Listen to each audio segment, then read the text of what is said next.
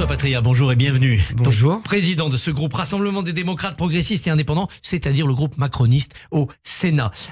Hier, le président de la République, à la fin de son voyage au Proche-Orient, en partant d'Égypte, a dit « Une intervention massive d'Israël serait une erreur ». Que faut-il comprendre par cette mise en garde?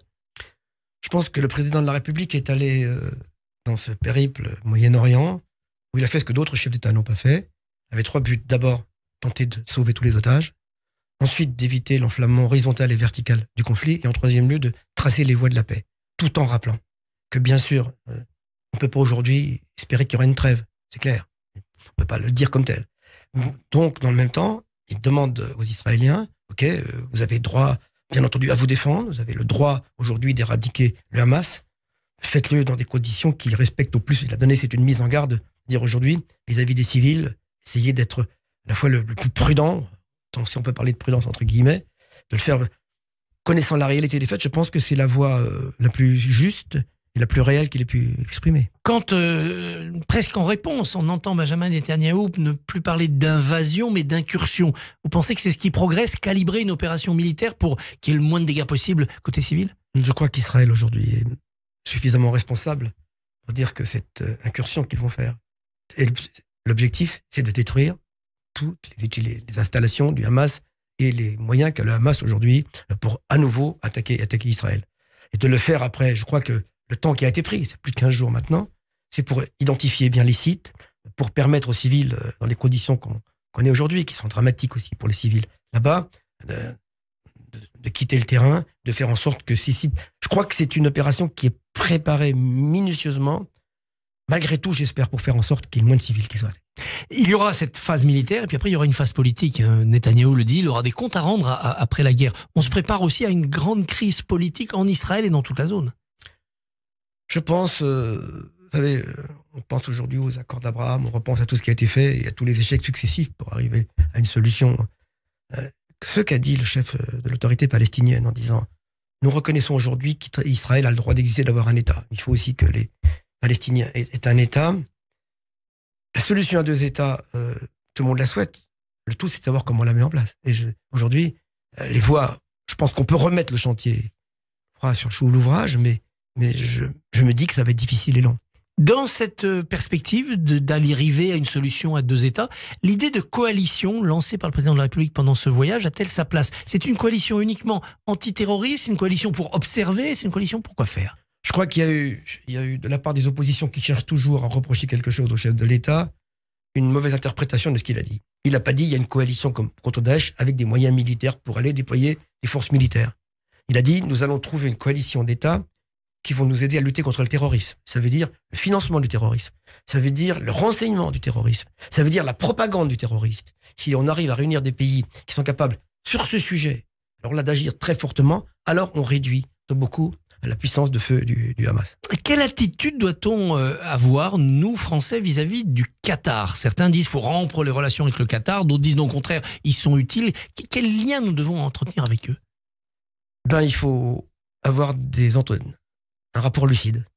Lucide sur l'attitude du Qatar qui est souvent ambiguë, que certains comme un investisseur qui vient en France dans tous les domaines que vous connaissez par ailleurs, mais qui joue un jeu trouble en soutenant par ailleurs par les mouvements terroristes. Donc, je crois qu'il faut aller à leur rencontre quand ils font œuvre de paix ou de médiation. Je ne sais pas à quel prix, je ne connais pas. Et bien entendu, personne ne dira quelles sont les conditions de libération des otages. Personne ne saura. Le président l'a esquissé. Bien entendu, ça doit rester dans le domaine du secret. Je crois que voilà, il faut être lucide. On sait que le Qatar a des attitudes ambiguës. Il faut tenir compte de ces ambiguïtés et parler avec le Qatar quand il peut nous aider. Quand le président va à Ramallah, quand il incite à la modération, est-ce qu'il est déjà dans la négociation pour avoir des otages, ne pas être trop agressif envers les pays arabes ou même envers le Hamas? Je ne pense pas qu'il soit dans la négociation déjà. Je pense pas. Je pense qu'il est là-bas. Je crois qu'il est là-bas pour parler vrai. Il est là-bas pour parler vrai, pour dire on ne peut rien occulter. Il y a une agression dramatique, épouvantable, atroce contre Israël, avec des exactions inqualifiables. Il y a dans le même temps une histoire avec laquelle il faut aujourd'hui traiter, qui doit avancer dans le bon sens, espérons-le. Ça dure depuis plus d'un demi-siècle aujourd'hui. C'est d'essayer de rassembler des gens, non pas, je dis pas de bonne volonté, parce que c'est trop facile à dire, mais des gens capables chacun, dans leur territoire, d'être influent pour que cette solution vers la paix avance. Comment réagissez-vous à la flambée des actes antisémites depuis 3 semaines maintenant en France, depuis le 7 octobre, jusqu'à voir des photos d'otages qui sont affichées hier dans les rues de Paris se faire arracher? Je suis toujours frappé par le niveau de l'antisémitisme dans notre pays, qui est réel. Moi-même, parce que j'ai des amis juifs aujourd'hui, j'ai reçu des menaces de mort rappelant mon amitié ou mes amis juifs, etc. C'est quoi? C'est le Roland de la Seconde Guerre mondiale? C'est ancestral ou c'est uniquement le conflit du Proche-Orient qui s'est importé? Non, il y a un fond dans notre pays qui date depuis longtemps, même depuis la Troisième République, depuis avant, qui date depuis toujours de gens qui pensent que le juif est l'homme à battre, qui pensent que le juif est riche, qui pensent que le juif réussit. Dans notre pays, il y a une forme de jalousie qui s'adresse pas seulement aux juifs, qui s'adresse tout simplement à l'égard du chef de l'État aujourd'hui, comme tel. Hein.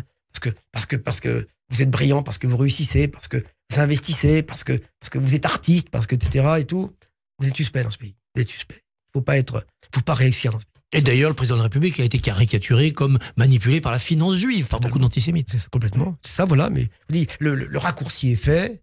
Hein, appartient à cette catégorie de Français qui sont, ça va encore me faire peut-être, mais qui sont les premiers de cordée. Ceux qui tirent souvent, à la fois le monde de l'économie, la culture et autres. Et qu'il y a dans ce pays, à chaque fois, vous savez, on aime bien les boucs émissaires dans ce pays. On est binaire et on aime les boucs émissaires. Et les juifs sont souvent les boucs émissaires. Que faire de ces enfants radicalisés qu'on exclut temporairement de l'école parce qu'ils ont troublé les cérémonies en hommage à Dominique Bernard? Qu'est-ce qu'on en fait? On les met dans des internats? Comment on les traite? D'abord, je crois qu'il faut les suivre aujourd'hui. Je pense qu'il faut avoir aujourd'hui... Il faut mettre en cause les parents. Je crois qu'il faut mettre en cause les parents. On l'a fait dans les drames des banlieues. On l'a dit aujourd'hui. Il y aura dans la loi future un volet qui permettra de mettre en responsabilité le dispositif anti-émeute est prononcé aujourd'hui. C'est avec les parents, trouver aujourd'hui sans doute des lieux, des locaux, des établissements d'enseignement où ils pourront être suivis, parce que si ça se répète, il faut qu'il y ait une surveillance réelle. Alors, dans ces actions, qu'est-ce qu'il y a comme part de provocation? Qu'est-ce qu'il y a comme part de bêtise? Et qu'est-ce qu'il y a comme vraiment relentissimie dedans? Il faut aussi faire la part des choses. Difficile pour l'État, pour l'éducation, de lutter contre les réseaux sociaux, contre l'environnement familial, contre les imams? Complètement, vous avez raison. Il faut être patient simplement. Ah non, il faut donner les moyens de surveillance, toujours de plus en plus. Et je crois que les lois que nous votons actuellement donnent à la surveillance, et ça a été fait depuis déjà 3 ou 4 ans, des moyens beaucoup on recrute beaucoup dans le domaine aujourd'hui. Une surveillance, vous avez vu, tout le monde, compris, on a vu le problème des fichiers S, on le voit à côté. Il faut que maintenant, dans ce contexte, dans cette guerre totale que nous vivons contre j'allais dire, les drames à la fois racistes, mais aussi le montée de l'islamisme à côté, on le voit bien, il faut des moyens de renseignement très importants. Il va y avoir une loi immigration, elle fait partie de cette lutte, elle va arriver au Sénat. Vous êtes optimiste, elle va être votée entre la majorité de droite au Sénat et vous? Je pense qu'il y a une part d'irresponsabilité chez nos responsables politiques, notamment de la majorité au Sénat. Les Républicains. Pourquoi? Non, oui, mais pas tous encore. Voilà, je pense que cette loi, elle doit être, je dis pas équilibrée, mais elle doit répondre à 2 impératifs. Il faut à tout prix que nous puissions, les Français le demandent, et c'est normal aussi. Je vois que Gérald Darmanin publie maintenant chaque jour la liste des gens qui sont expulsés. Il faut que les gens qui n'ont plus rien à faire sur notre territoire, c'est la demande des Français, c'est créer leur exaspération. Il faut qu'ils soient mieux reconduits. Il faut mieux qu'on les reconduise hors des frontières et qu'on empêche d'en venir d'autres. Mais dans le même temps, il faut aussi que les Français, parce que, vous savez, on a parlé, je crois que les Républicains déforment le texte. Dans le texte aujourd'hui, sur les métiers en tension, il ne s'agit pas de quelque chose d'automatique et d'irréversible. Si vous remplissez les conditions, 3 ans en France, avoir au moins travaillé pendant 8 mois dans ces conditions-là, sur des métiers en tension définis, par exemple, la restauration n'y est pas. Bon, là, vous pouvez avoir des titres de séjour. Là, oui. Et puis, en même temps, c'est pas définitif. Donc, de faire croire que c'est un aspirateur à immigration, qu'on va demain donner des titres à tout le monde, c'est pas bien. Donc, sur le texte, moi, je crains que les Républicains tendent la corde à l'extrême, qu'ils veulent obtenir le maximum de bonus pour leur camp, en disant, voilà, nous avons obtenu du fait que le gouvernement recule sur telle ou telle chose, et puis qu'au bout du compte, ils soient très divisés et pas acceptés à voter le texte. Donc, comme sur les retraites, ils font de la surenchère et puis vous donnez tout et vous n'obtenez rien. Voilà, je crains que ce soit comme les retraites. Souvenez-vous, sur les retraites, lorsque M. Ciotti, Marlex et Retailleau sortent de Matignon, ils disent, nous avons gagné, c'est notre loi. Voilà. Et on va la donc voter. on va la voter. Et boum, vous avez vu ce qui s'est Mais passé. attendez, ça veut dire que ça sera ingouvernable si ça continue comme ça. Si l'opposition ne joue pas le jeu, il faudra aller vers une dissolution et remettre les cartes devant les électeurs. Je crois que chacun doit prendre ses responsabilités aujourd'hui. On ne peut pas d'un côté dire qu'on demande des mesures importantes, qu'on n'a pas pris soi-même par le passé, et lorsque le gouvernement veut les prendre, parce que dans les mesures que propose aujourd'hui le gouvernement et Gérald Darmanin, il y a des mesures dont je demande depuis des semaines et des semaines que soit montrée leur opérabilité et leur efficacité. Il faut qu'il y ait à la fois dans ce texte des mesures dont l'efficacité pourrait être prouvée et qu'il y ait des actes derrière.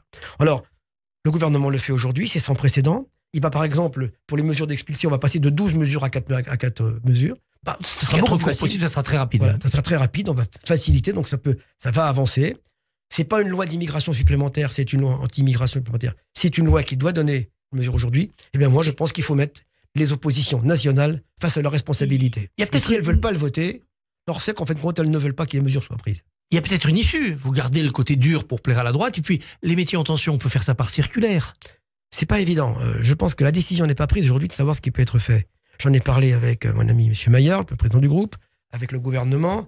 C'est ce que la proposition des centristes au Sénat, de dire retirons-le comme ça. Moi, contrairement à ce que j'ai lu ou entendu, la première ministre n'est pas aujourd'hui disposée à abandonner l'article 3. Pas plus que le ministre de l'Intérieur. Sur la régularisation des métiers en tension. Donc, on va avoir quand même, au cœur de cet automne, un point de tension politique majeur. Manifestement, oui. Mais chacun va prendre ses responsabilités. Au Sénat, Darmanin a montré qu'il était ouvert, qu'il prenait une grande partie des amendements qui étaient proposés. Il est pour le dialogue aujourd'hui, mais vous savez, quand on a le sens du dialogue et qu'on est invité chez le ministre aujourd'hui, jeudi, à venir parler d'un texte qui va venir dans 10 jours au Parlement, et que, manifestement, aujourd'hui, l'ordre a été donné par le président du groupe de boycotter la rencontre, c'est pas vraiment le sens du dialogue. François Patria, merci et bonne journée. Merci à vous.